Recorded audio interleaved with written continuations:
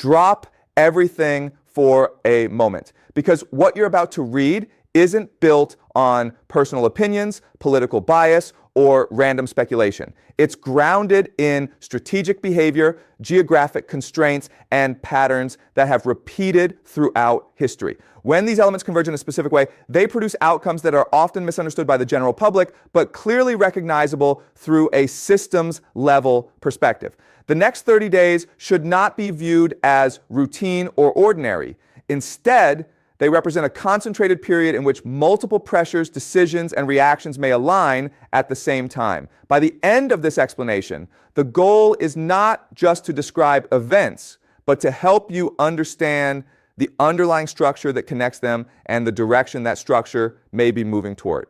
To begin, it's important to recognize the foundation of the modern global system that has existed since the mid-20th century. This system, largely shaped after World War II, is heavily dependent on the US dollar as the primary global reserve currency and on the uninterrupted flow of energy resources, especially oil, across international routes. These two elements are reinforced by military presence and strategic influence, particularly in regions where energy infrastructure and shipping routes are concentrated. Together, they form an interconnected framework in which financial stability, energy distribution, and geopolitical power are tightly linked. If one component experiences significant disruption, the effects are not isolated. They tend to ripple through the entire system. At the present moment, this structure is facing simultaneous stress from multiple directions. Economic dependencies, regional tensions, and logistical vulnerabilities are all interacting in ways that increase uncertainty. The key point here is not to focus on isolated incidents, but to understand that the system itself is being tested as a whole. The question is no longer whether pressure exists, it clearly does, but rather how the system responds when several pressure points are activated at once. The next 30 days are significant because they represent a short but critical window in which decisions made by multiple actors could influence longer-term trajectories. Now, consider the geographic dimension, which often provides clarity without requiring deep political analysis. There is a narrow maritime passage through which a substantial portion of the world's oil supply passes on a daily basis. This channel is strategically important because it acts as a bottleneck in global energy distribution. When large volumes of a critical resource depend on a single route, control over or disruption of that route can have far-reaching consequences. Several major economies rely heavily on this corridor for their energy needs, meaning that any instability in this area can quickly translate into economic pressure across multiple regions. Geography plays a crucial role in shaping the balance of power in this context. Natural terrain, coastal access, and proximity to strategic waterways all influence how actors position themselves. In some areas, mountainous regions provide concealment and defensive advantages, allowing for the placement of infrastructure in ways that are difficult to monitor or target. In contrast, flat and open regions are more exposed, making them more vulnerable to surveillance and potential attacks.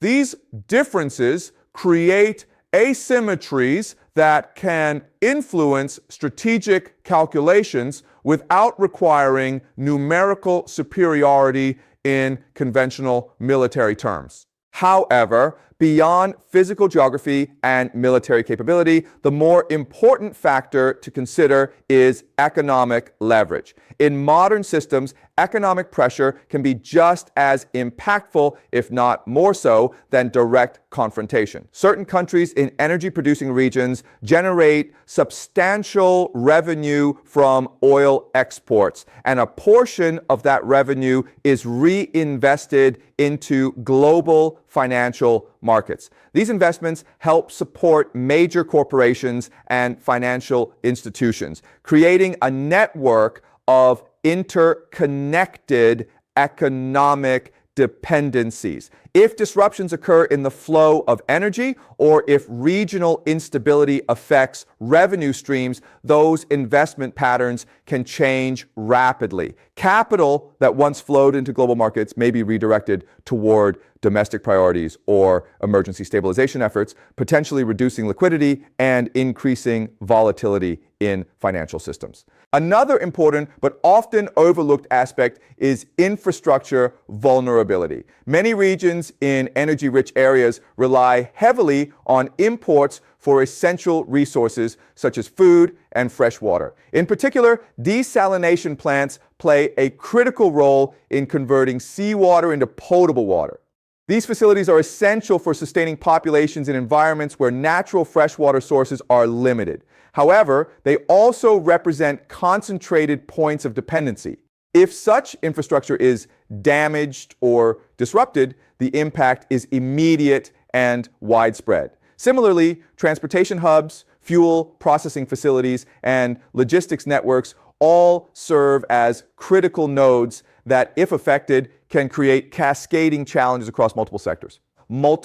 This brings us to the significance of the 30-day time frame. In complex geopolitical situations, initial phases often involve observation, probing, and signaling. During this stage, involved parties assess each other's responses, test boundaries, and gather information. However, as time progresses, temporary assessments give way to more committed actions. Around the 30-day mark, patterns begin to solidify, and decisions made at that point tend to have lasting consequences. It becomes increasingly difficult to reverse course without incurring significant costs. This is why short-term windows like this are often considered pivotal in strategic environments. In addition to military and economic considerations, there is also the question of global alignment. Major powers continuously evaluate their positions based on evolving conditions. Their decisions are influenced by access to resources, long-term strategic interests, and the potential risk of involvement. In high-stakes scenarios, hesitation can reduce future options, while early alignment can shape outcomes more effectively. Over a period of approximately 30 days, these decisions often transition from observation to action, as waiting too long can result in diminished influence over the final outcome. When you simplify the situation to its core components, each participant is essentially pursuing a strategy that aligns with its perceived best outcome. One side may prioritize rapid stabilization, aiming to resolve tensions quickly and restore predictable conditions. The other side may adopt a strategy focused on endurance, seeking to sustain pressure over time in order to shift the balance of costs and incentives. These approaches are not necessarily symmetrical, and their effectiveness depends on how each side manages resources, adapts to changing conditions, and responds to external pressures. An important concept to understand in this context is that actions taken by one side can produce different effects depending on timing and context. In some cases, escalation may lead to immediate tactical gains, but also generate longer-term economic or political consequences. Conversely, maintaining pressure over time may gradually alter conditions in ways that are not immediately visible but become significant over an extended period. This creates a dynamic where short-term outcomes and long-term outcomes do not always align, and where perceived success in one domain may coincide with challenges in another. To truly understand how this situation evolves, it is more useful to monitor key indicators rather than focusing solely on dramatic events. Energy prices, for example, serve as a real-time reflection of market expectations and perceived risk. Sustained increases in oil prices often indicate concerns about supply stability or potential disruptions. Similarly, signs of internal instability in strategically important regions can signal shifts in underlying conditions that may not yet be fully visible in public discourse. Diplomatic statements, military positioning, and economic policies from major global actors can also provide insight into how different parties are adjusting their strategies. What often makes situations like this difficult for the general public to interpret is the tendency to focus on surface level developments rather than underlying structures. News coverage typically highlights individual events, statements, or incidents, but these do not always reveal the broader system dynamics at play. By contrast, a systems-based perspective emphasizes relationships, incentives, and feedback loops. It looks at how different components interact over time and how those interactions influence overall outcomes. When viewed through this lens, the next 30 days can be understood as a period in which multiple feedback loops may intensify simultaneously.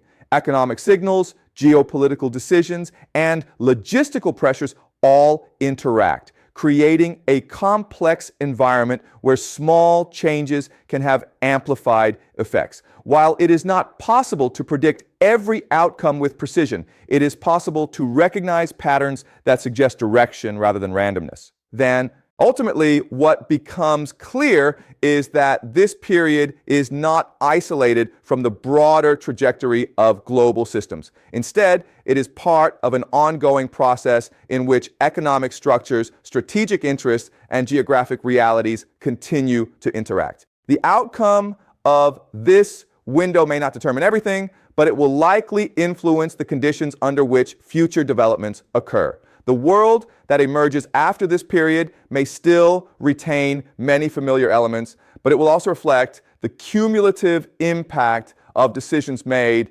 during this critical time frame.